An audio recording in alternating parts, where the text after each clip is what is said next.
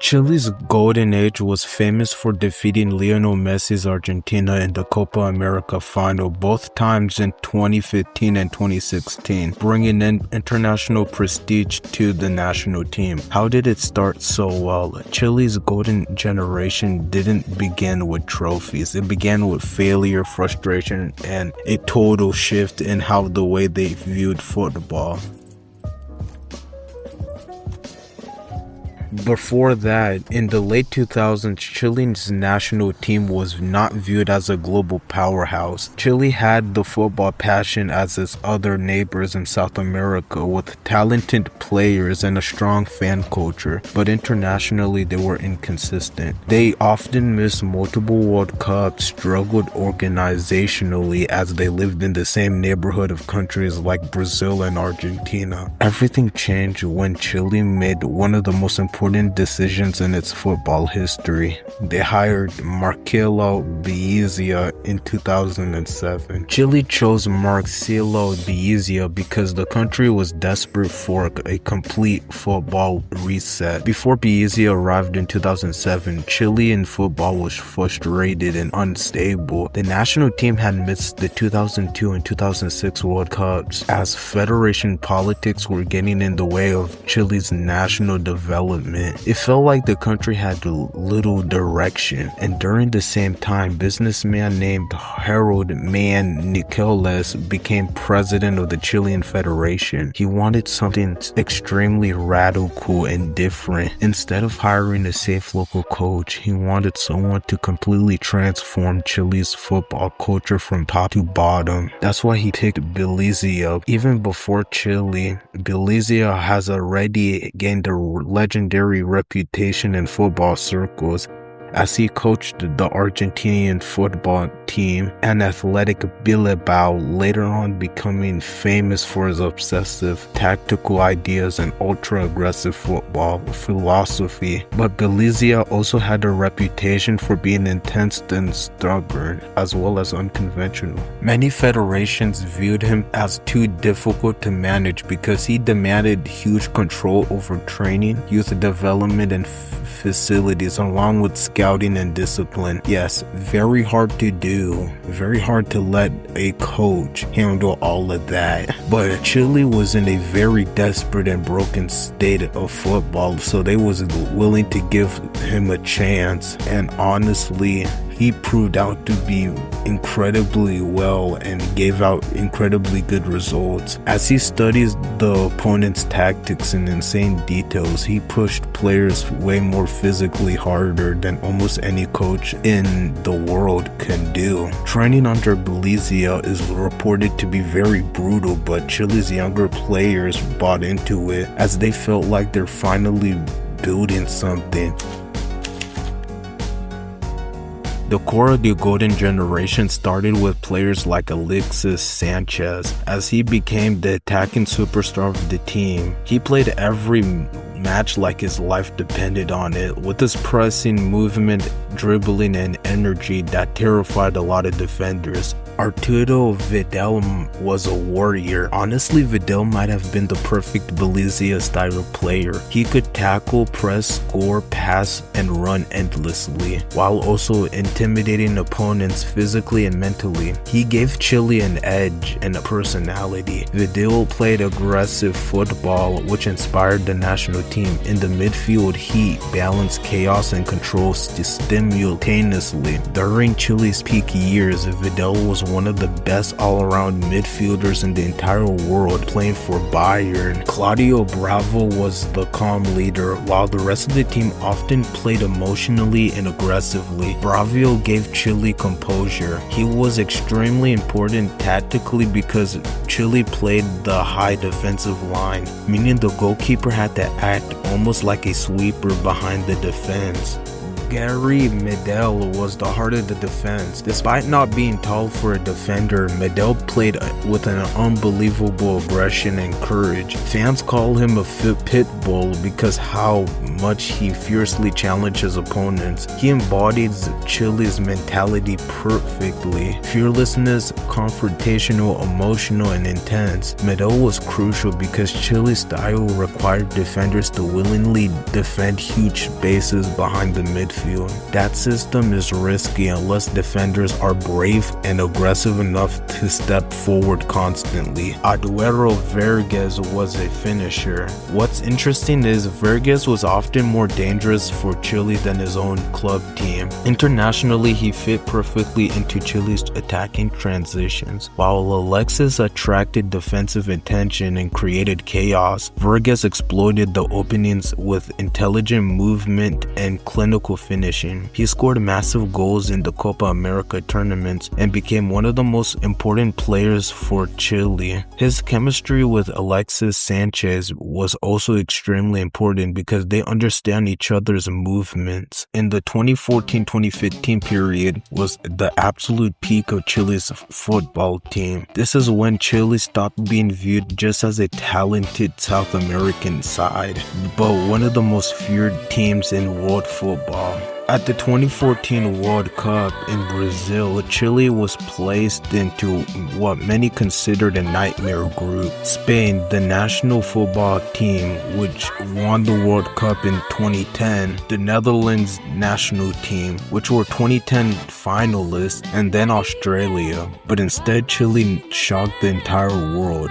Their biggest moment came with Spain. To be fair, Spain lost their match against the Netherlands 5-1, so they came in pretty defeated. Chile used their strong and relentless psychology to win 2-0 with relentless pressing and intensity. This match result actually knocked out Spain from the World Cup in the group stage. That victory became the symbolic decline of Spain's tiki-taka era and the rise of the Chile's golden generation. Suddenly, the football world realized Chile wasn't scared of anyone. They advanced from the group of death and then faced the Brazilian national team in the round of 16, which Brazil had home turf, so this match became incredibly legendary. Chile pushed Brazil all the way to the penalties and produced one of the greatest upsets in the World Cup history. In extra time, Marcelo Pinilla hit the crossbar in the final minutes with a shot that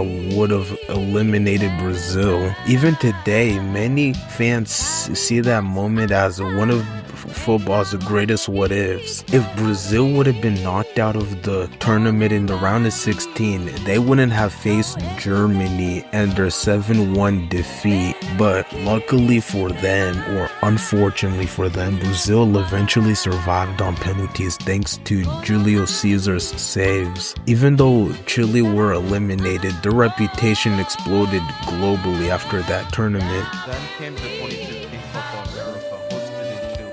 This tournament changed Chilean football forever. Before 2015, Chile had never won a major senior international trophy, despite decades of football history.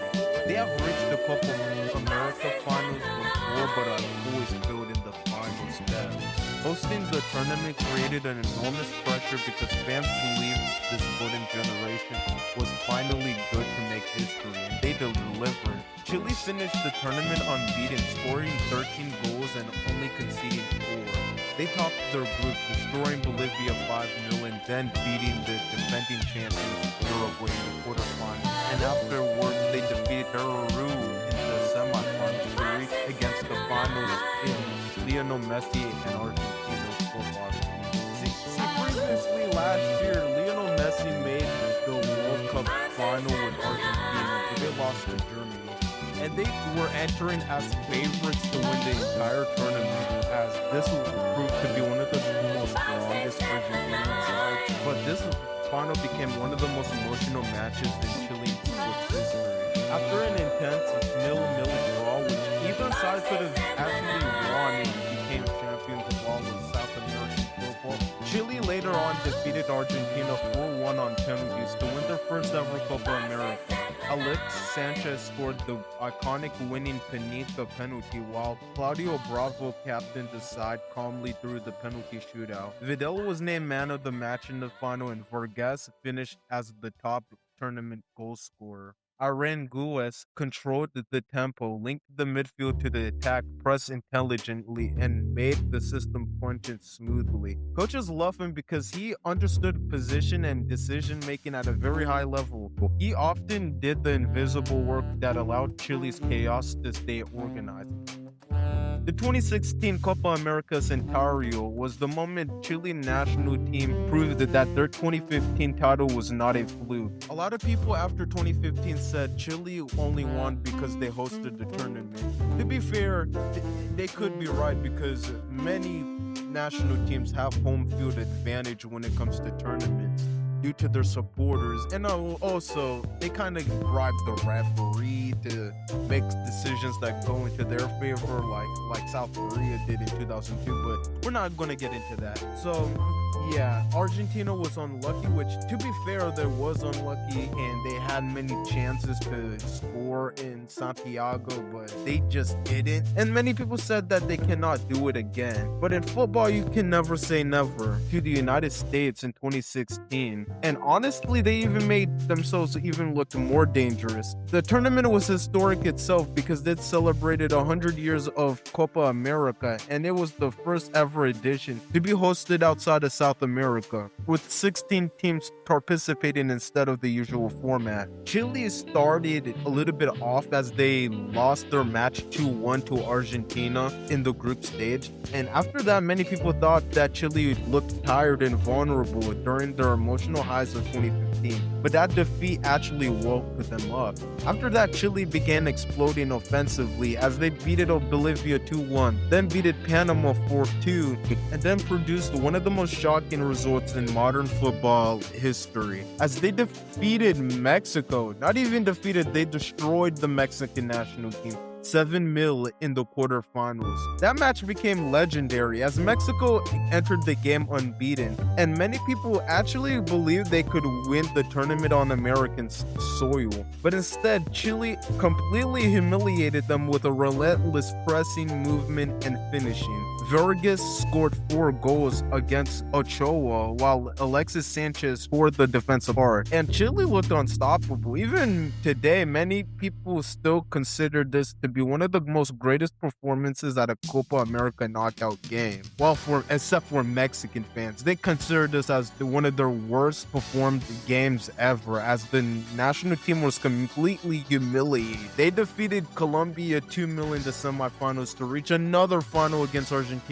But that final felt almost mythical because it feels like the same final as the last year's. So once again, it's Chile versus Argentina, Alexis Sanchez versus Lionel Messi, Bravio versus Higuain, pressure everywhere. And once again, Chile survived. The match was intense, physical, and emotional. Both teams had players sent off and chances were limited. And after the game finished 0-0 after 120 minutes, or a little over like 2 hours, then again came the penalties. The shootout became historic largely because Lionel Messi missed his penalty, Claudio Bravo made crucial saves, and Francisco Silva scored the winning penalty for Chile. Individually, Chile dominated the tournament too, as Alexis Sanchez won the Golden Ball as the best player, Claudio Bravo won as the best goalkeeper, and finally Vargas won again as the top scorer with 6 goals.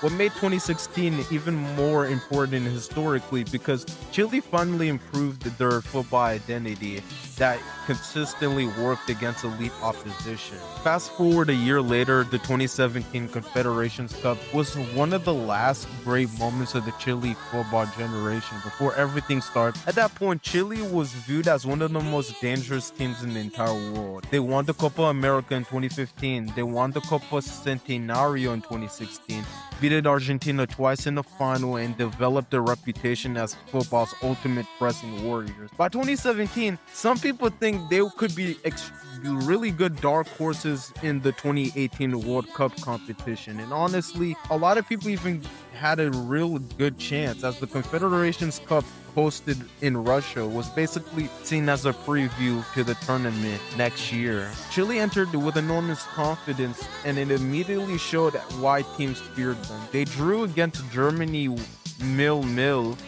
in the group stages, defeated Cameroon, beat Australia to the semifinals, and became one of the most iconic performances in Claudio Bravo's career. In the semifinal against Portugal, they finished 0-0 and went to penalties. Claudio Bravo saved 3 penalties in a row from Ricardo Quaresma, João Moutinho, and Nani. Chile won the penalty shootout 3-0 against European champions. The final was against Germany, and it felt massive symbolically because it was against Chile's fearless golden generation versus Germany's machine-like football system. Many Chilean fans believed it was their moment to prove that they were the best national team in the entire world.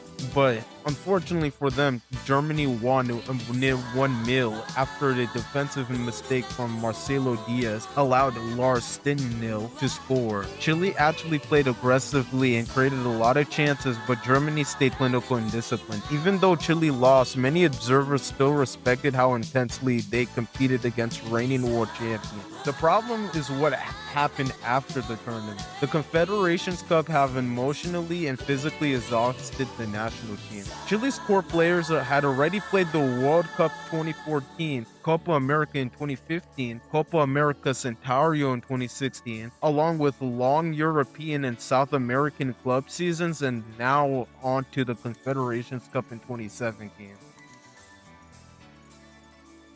One of their first collapse came in the 2018 World Cup qualifiers, where Chile entered the final stage of qualification in a decent position, but actually started to drop crucial points. Then finally, the decisive blow came in October of 2017. Chile lost 3-0 away to Brazil in the final match game of the qualifying to Russia in 2018. At the same time, Peru drew with Colombia, which pushed Chile down to 6th place in CONMEBOL qualifying. Since only the top 4 teams qualified automatically to the World Cup and the 5th place enter into a playoff, Chile was automatically just eliminated completely. This end felt shocking because months earlier they had reached the Confederations Cup final and looked to be one of the most strongest teams to compete against on earth. Suddenly they weren't even going to the World Cups, which they were favored to maybe pull an upset and win, and also go a long distance. That failure became first out of many for the crack in the former generation. 2 years later, the 2019 Copa America returned, and that period was actually even more worse. By 2019, the core players were still famous and respected, but the team no longer had the same physical intensity that made them terrifying from 2014 to 2017. The legs were getting older and the present wasn't as explosive. And most importantly, Chile hadn't even properly developed a newer generation of players to successfully replace the older one.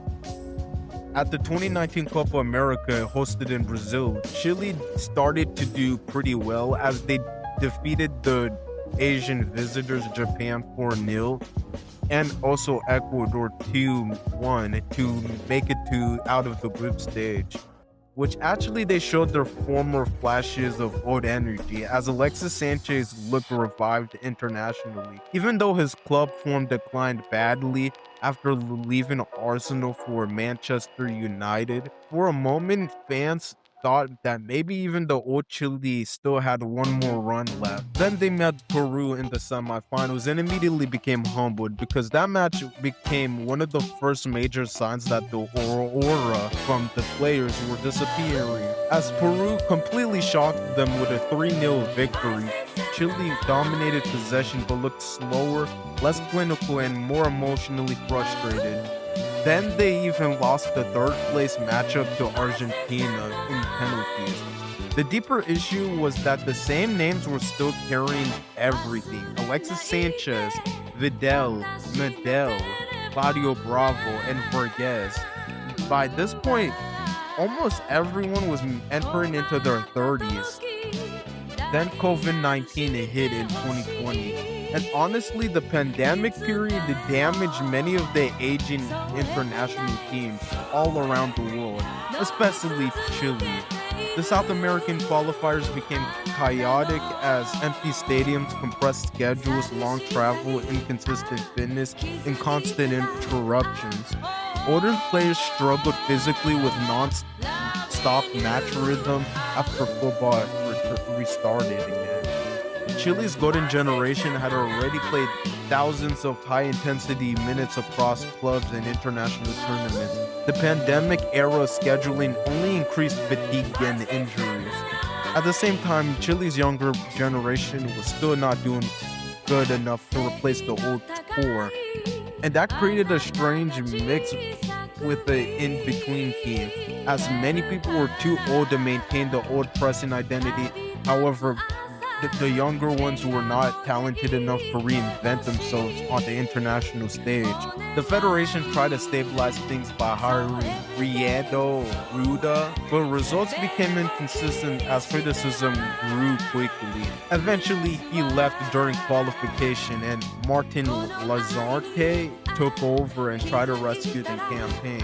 But the team never looked fully coherent tactically or emotionally. The saddest part is Alexis Sanchez and Vidal showed flashes of brilliance during qualification, as Chile even managed to put in a brief comeback in the later stages in the campaigns with important wins against Paraguay and Venezuela. Fans started to believe temporarily again. Then everything collapsed near the end, as they lost crucial matches to Argentina, Brazil, and Uruguay, and they failed to capitalize against their direct rivals for qualification spot. The decisive blow came in March of 2022.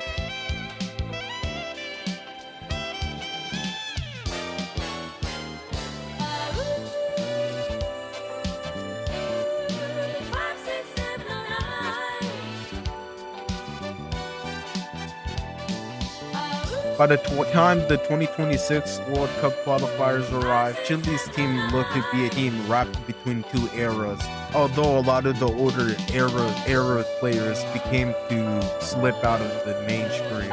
I'm not even going to talk about the 2024 Copa America hosted in the United States, but yeah, Chile didn't do too well about that one. And tragedy still kept on happening. Now everybody was not scared of this Chilean sign, and they became actually one of the worser teams in South America. During their peak years under Marcelo Bielsa and George Sampaoli, Chile played one of the most physically exhausting football systems in international football. But by the mid-2020s, everyone just looked slower, pressing arrived later, recoveries became harder, transitions weren't as explosive, defensive spaces became more exposed. Alex Sanchez still had technical brilliance, but he was no longer had the same acceleration, which made him unstoppable in Arsenal. Vidal still fought emotionally and physically, but his body could no longer dominate midfields for the entire game, like he once did consistently under Juventus and FC Bayern. Along with that, Chile failed to develop a lot of the elite replacements quickly enough, and the federation kept on turning back to older stars out of sheer desperation. This created a dangerous cycle, as older players kept getting caught up. Younger players either don't get caught up or get caught up, but their development is kind of slower due to less team chemistry altogether, as well as the team being emotionally attached to the past, and as well as tactical evolution stalled. The 2026 qualification failure made the decline feel even more complete. What made it especially humiliating was that the World Cup expanded to 48 teams, giving South America even more qualification spots than ever before. On paper, qualification should become easier. Even if you did suck, you still can manage to BS your way into a World Cup tournament. Yet, Chile still finished near at the bottom of CONMEBOL. This shocked many fans. Even if they were declining, they still had a better chance during the expanded format. But instead, Chile looked slow, disorganized, and even lacking confidence throughout large parts of the qualification. Then it was officially reported that Chile crashed out after losing to Bolivia, remaining at the bottom of the table with only 10 points. After elimination, the coach resigned almost immediately. Emotionally, the failure hit hard as fans realized that the golden generation was truly over. And then they were one of the most worst teams in all of South America right now. The same players who once defeated Argentina in back-to-back Copa America finals, reached the Confederations Cup final, pushed Brazil to penalties in the World Cup, were now watching another World Cup at home without their team in it. And the worst part is, the 2026 World Cup could have been the last World Cup out of all of the older generation players. But now that opportunity is lost forever, and now they have to look into 2030. The energy that made them once the world's most dangerous team slowly faded with age. And because international football moves brutally fast, Chile went from continental champions to missing 3 consecutive World Cups in less than a decade. The future looks very uncertain, as nowadays a lot of the Chile's national team is full of younger players and none of them can really consist of the older generation. Their future is kind of uncertain at the moment.